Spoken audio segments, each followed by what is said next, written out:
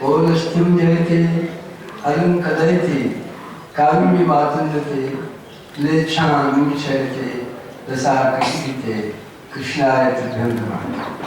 शरणं नन्दनन्दनः शरणं मे विश्वानन्दिनी शरणं पुण्डरीकतारुभं शरणं नारायणं।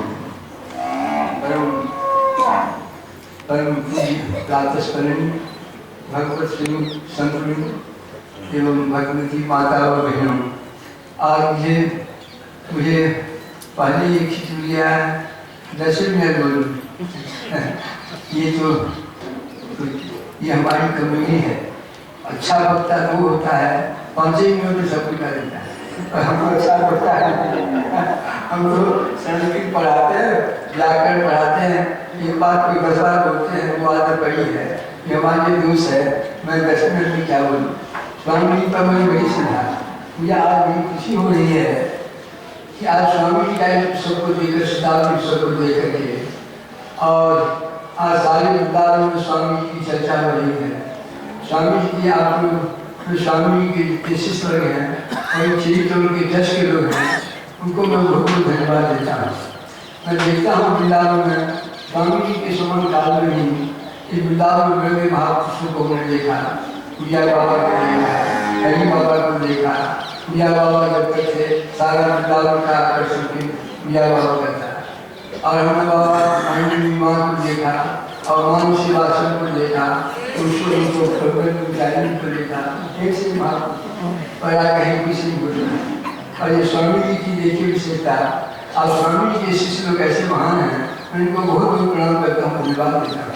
हमारे स्वामी जी का साल उत्सव होता है, कभी संज्ञा जयंती होती है, कभी जयंती होती है, कभी पुस्तकालय का उद्घाटन होता है, कभी बागचाचार्य यहाँ आते हैं, कहीं रामानंदाचार्य बाग में रामानंदाचार्य आएंगे, फिर शंकराचार्य जी आएंगे, फिर कीर्तन भाग यहाँ बागों में अवसर होता है स्वामी जी। ये स्वामी जी की विशेषता है, ये स्वामी जी की सिद्धि है। स्वामी जी की भक्ति की सिद्धि है। स्वामी जी सारा जीवन स्वामी जी का ये भक्ति की सिद्धि है। ये स्वामी जी का वैभव दिख रहे हैं, और किसी आश्रम में ऐसा नहीं है, किसी आश्रम में ऐसा समुदाय नहीं है, किसी आश्रम का ऐसा नहीं है जो अपने गुरु का इतना अवसर बनाता है। ये किसकी विशेषता है? तो स्वामी जी की विशेषता है। स्वामी जी सारा जीवन उनका भक्ति में मिला। 15 वर्ष की अवस्था से लेकर जिस व्यक्ति का सारा जीवन 76 वर्ष तक भागवत में मिला, भक्ति के प्रचार में मिला, कृष्ण भक्ति के प्रचार में मिला, उस व्यक्ति का भला अगर ऐसा अवसर नहीं होगा कि किसका होगा? स्वामी जी थे। मैं स्वामी जी के बारे में क्या कहूँ। स्वामी जी कितने में विद्वान थे भागवत के। आज जो भागवत खेल हो गया, सब कोई भागवत करता है, एक अक्षर संस्कृत नहीं करता, लक्ष्मण को भी जाता और भागवत करता है। नहीं जाता। एक व्यक्ति हमारे पास आया, बोला गुरु जी भागवत में जन्मांतर करके किसकी बदला? मैंने कहा कितनी बार कथा किया? उसकी कहा तो 50 कथा की, 50 बार कथा किया, पर ये पता नहीं है भागवत में जन्मांतर की जन्मांतर। तो स्वामी जी ऐसे नहीं थे। स्वामी जी का जीवन, स्वामी जी का भागवत विदुष, स्वामी जी के अद्भुत विदुष था, अद्भुत भक्ति थी। उनका सारा जीवन भक्ति के प्रचार में मिला। और स्वामी जी आपको बताता हूँ, स्वामी जी को कथा सुनता हूँ। कौन से स्वामी जी को कथा सुनाई? राय साक्षी को कथा सुनाई। स्वामी जी की कथा सुना, वो थे वहाँ पर कृष्ण कॉलेज के प्रिंसिपल थे, नाम है गोपीनाथ गुजरात। इतने बड़े विद्वान थे, इतने बड़े विद्वान।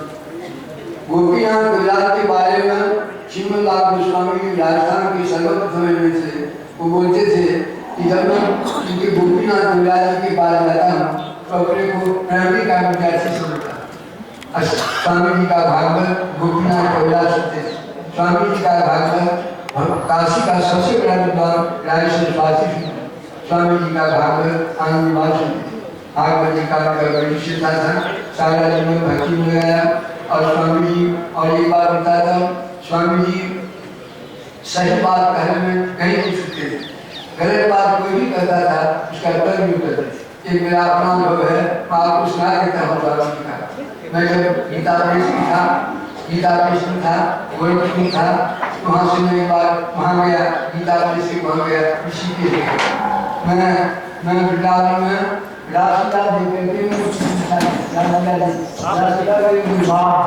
मैं वहाँ गया, ऋषिकेश गया,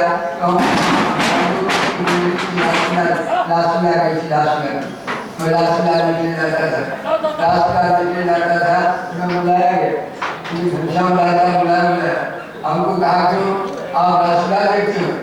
मैंने सुना इसलिए पूछते होंगे कि जो ये काम नहीं करते रासलीला देखते। मैंने कहा आप से 5 मिनट तक मैं ऑफिस का काम करता हूँ, उसके बाद में राज देखता हूँ। नहीं, हमारा सिद्धांत नहीं है, हमारा सिद्धांत नहीं है राज देखा है। हमको ऐसा कहा गया अगर आप यहाँ रहेंगे तो राज नहीं देखेंगे। इसलिए कहने का मतलब था तो जब मैं स्वामी जी को कहा तो हंसपति स्वामी जी ने वहाँ पर बड़ी सभा में सबके सामने राज प्रचार का जबरदस्त समर्थन किया। और स्वामी जी अद्भुत विनिष्ठ था, सारा जीवन की भक्ति का प्रचार बनाया। स्वामी जी कृष्ण भक्ति में जाया, स्वामी जी कृष्ण भक्त थे और कोई बात होने पर भी उनकी कृष्ण था थी, इसलिए उसी का एक फल है जो देख रहे हैं स्वामी जी की भक्ति की महिमा। मैं अधिक यही कहूँगा क्योंकि 10 मिनट का समय तो इतना ही कह करेंगे।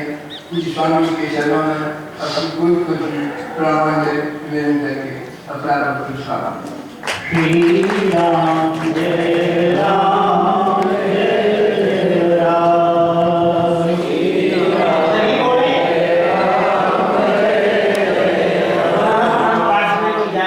भगवत नाम उच्चारण से हम श्रोताओं में सुनने की बाध्यता आती है।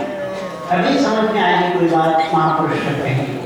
श्री राम जय राम जय जय राम, श्री राम जय राम जय राम। नियमानुसार हम आपको श्रेष्ठ जनों के मंच पर विराजमान होने पर स्वरूप के साथ साथ उनके दर्शन हम लोग कर रहे हैं, आप परिचय प्राप्त कर लें। मध्य में जिन्होंने अध्यक्ष पद को स्वीकार किया है कृपा पूर्वक, ऐसे हमारे पूज्य स्वामी श्री परमेश्वरानंद जी महाराज, इनके गले में मालाएं हैं और उन्होंने मालाएं स्वीकार की हैं और अब तक उतारी हुई है, बड़ी कृपा है। उनके बाद उनके दाईं ओर हमारे आश्रम के अध्यक्ष श्री महंत जी महाराज, उनके दाईं ओर महामंडलेश्वर स्वामी श्री अवशेषानंद जी महाराज गीता ज्ञान मंदिर से वृंदावन से पधारे हैं कृपा करके। और अब आप इधर आ जाइए। आप हम जिनको कई बार अनेक बार देखते रहते हैं, सुनते रहते हैं, ऐसे हमारे परम श्रद्धेय श्री भाई श्री जी, श्री रमेश भाई जी ओझा भी नाम के साथ जुड़ा हुआ है। श्री रमेश भाई जी ओझा पूरा विश्व इनसे परिचित है, इनके प्रवचन से परिचित है। और एक अंतरण बात मैं यहाँ ये कहना चाहता हूँ कि प्रायः जो हम चैनल्स पर जो प्रवचन सुनते हैं बहुत आनंद आता है, बड़ा अच्छा लगता है कि सभी विद्वानों के प्रति विद्वानों की भी राय कुछ भिन्न भिन्न रहती है, लेकिन हमारे श्री भाई श्री जी एक ऐसे महापुरुष हैं जिनको जन साधारण भी आदर देता है और विद्वान भी ये कहते हैं कि क्या सभी के लिए आदरणीय है, सभी के प्रिय हैं और कृपा करके पधारे हैं। उनका पूरा लाभ हम लोग प्राप्त करेंगे। अब हम इस श्रृंखला को आगे बढ़ाने की अनुमति देकर महामंडलेश्वर पूज्य स्वामी श्री अवशेषानंद जी महाराज से प्रार्थना करेंगे कि वे हमें बहुत कम ही बोलने का मन आपका रहता है, पर फिर भी 10 मिनट तो कम से कम महाराज जी हमारे को कृपा करेंगे। आप हैं वहाँ पर माइक पहुँचाएं।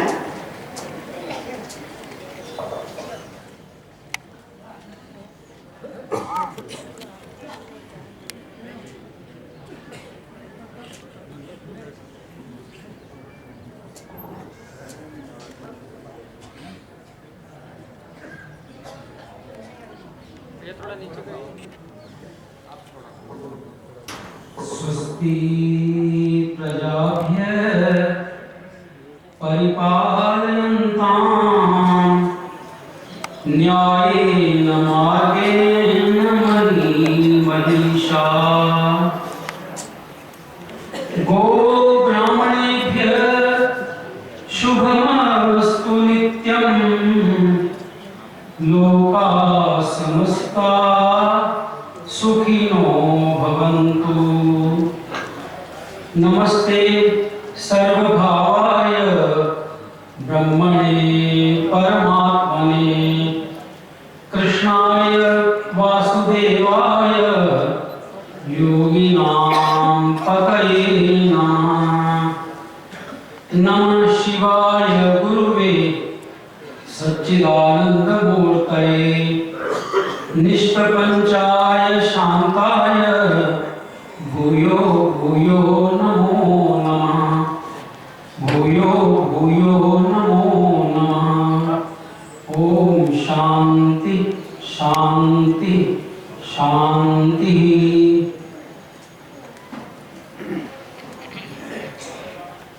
आज की सभा के अध्यक्ष महोदय, मंच पर विराजमान मूल मंगल में संत समाज तथा इस पावन महोत्सव में भाग लेने वाली विभिन्न नाम रूपों में प्रतीत होने वाली मेरे प्यारे आत्माओं, आज सचमुच हम बहुत सौभाग्यशाली हैं जिन महापुरुष की जन्म शताब्दी के उपलक्ष्य में यहाँ एकत्र हुए हैं। इतने संतों का दर्शन और सत्संग का लाभ ले रहे हैं। वैसे महापुरुष जिनकी वृंदावन को जो देन है वो तो कभी भुलाई जा ही नहीं सकती,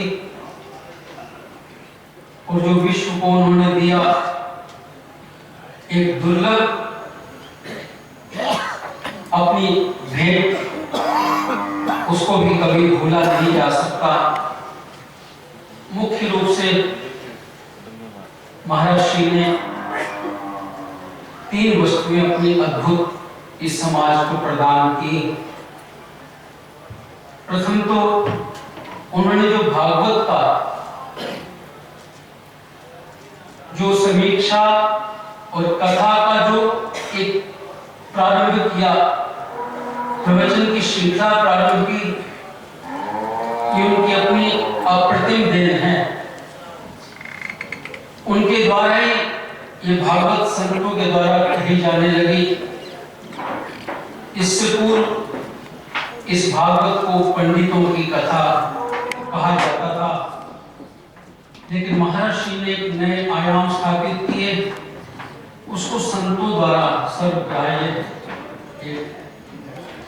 मान्यता प्रदान करवाई। नंबर 2, इस वृंदावन की धरा पर मेरे सभी समस्त संत बंधु विराजमान हैं। संतों के प्रति, सन्यासियों के प्रति विशेष रूप से यहाँ लोगों के मन में एक द्वैत वाला भाव हमेशा बना रहता था। सन्यासियों को अस्पृश्य की तरह व्यवहार करते थे लोग, लेकिन महाराज श्री पहले ऐसे व्यक्तित्व थे जिन्होंने इस नगरी में सन्यासियों को मान्यता प्रदान की। नहीं तो यहाँ के पंडा समाज, गोस्वामी समाज संतों के साथ कभी मिलते नहीं थे। उनको मिलाने का और मान्यता प्रदान करने का जो कार्य, जो दुष्कर कार्य किया महर्षि ने किया। और नंबर 3 जो कार्य महर्षि ने किया वो सदैव याद किया जाएगा। वृंदावन विकास समिति के माध्यम से या नगर के विकास की अवधारणा के माध्यम से उन्होंने जो स्थानीय नागरिकों को और संतों को आपस में जोड़ा। वो जो सेतु प्रदान किया वो किसी और संत ने नहीं प्रदान किया।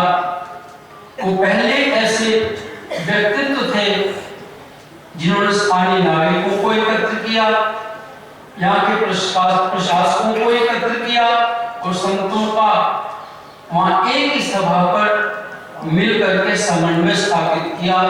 ये उन महापुरुष की देन है। आज वृंदावन का जितना भी विकास है उसके मूल आधार स्वामी अखंडानंद जी महाराज हैं, उनकी देन है। आज तो घर घर में भागवत की कथाएं हो रही हैं, लेकिन यदि इसके मूल में जाएंगे तो ये जो प्रायोजित रूप से अरेंज रूप से जो भागवत की कथा है ये उन्हीं की देन है। मुझे याद है कि जब महर्षि परमार्थ आश्रम हरिद्वार में पधारते थे तो मैं भी उन दिनों वहीं था और मेरा बचपन था उन दिनों 1969, 70, 71 हम लोग संत हुए थे। तो उन दिनों की कथा सुनने में इतना आनंद आता था कि सभी संत मुग्ध होकर के उनकी कथा पर रसपान करते थे। ये संतों से पूछो कि उनको कितना आनंद की अनुभूति हुई। ये अनुभूति कराने वाले महर्षि हैं और ऐसे महर्षि कारण कभी भी उतारा नहीं जा सकता। एक वो ऐसे देदीप्यमान नक्षत्र थे, मुझे तो इस बात का फख्र है जो परम पूज्य स्वामी सत्यनित्यानंद जी महाराज ने उन्हें जो उपमा दी कोहिनूर की, मुझे भी लगता है कि देखो उनकी भावना ये थी कि कोहिनूर मतलब अप्रतिम, जिसके समान किसी और की प्रतिमा न हो, क्योंकि कोहिनूर के बराबर कोई हीरा है ही नहीं। तो उनका आशय ये था कि अप्रतिम प्रतिभा के धनी थे, उन जैसा कोई नहीं, इसलिए वो कोहिनूर भी कह दे तो कोई अतिशयोक्ति नहीं है। वो उनके लिए फिट बैठता है कि उन्होंने उनको कोहिनूर कहा तो इस दृष्टि से कहा कि संतों में ऐसे संत नहीं जिन्होंने 3 प्रकार से समाज की सेवा की हो और समाज को मान्यता प्रदान की हो। जो सन्यासी समाज आज समाज में पूजित है और इतना प्रतिष्ठित है तो उसका श्रेय सारा महर्षि को जाता है। उन्होंने सन्यासियों को एक मान्यता प्रदान करवाई, नहीं तो सन्यासियों को केवल मांगने खाने वाले तक माना जाता था। उस मान्यता दिलाने का श्रेय उस महापुरुष को है। उन महापुरुष के चरणों में जो हम नमन कर रहे हैं तो हम सभी सौभाग्यशाली हैं। और मेरा ऐसा मानना है, अपने समय के अंदर 2 मिनट के अंदर अपना तथ्य भी पूरा करूंगा कि ये जो हम बैठे हैं दोनों चीजें हैं, समाज में दोनों चीजें हैं, हमारे हृदय में भी दोनों चीजें हैं।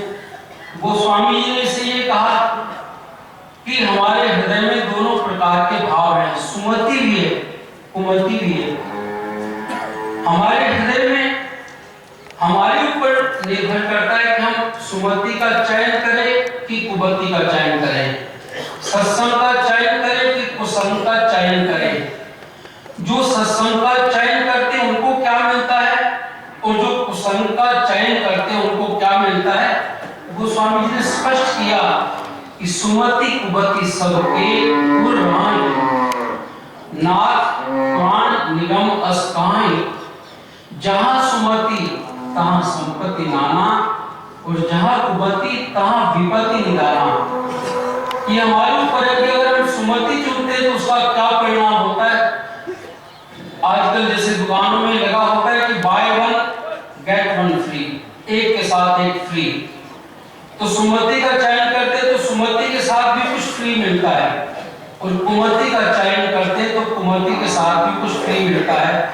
और जब सुमति करते जहां सुमति तहां संपत्ति नाना, जो सुमति का चयन करते उनको नाना प्रकार की संपत्ति और शांति की प्राप्त होती है।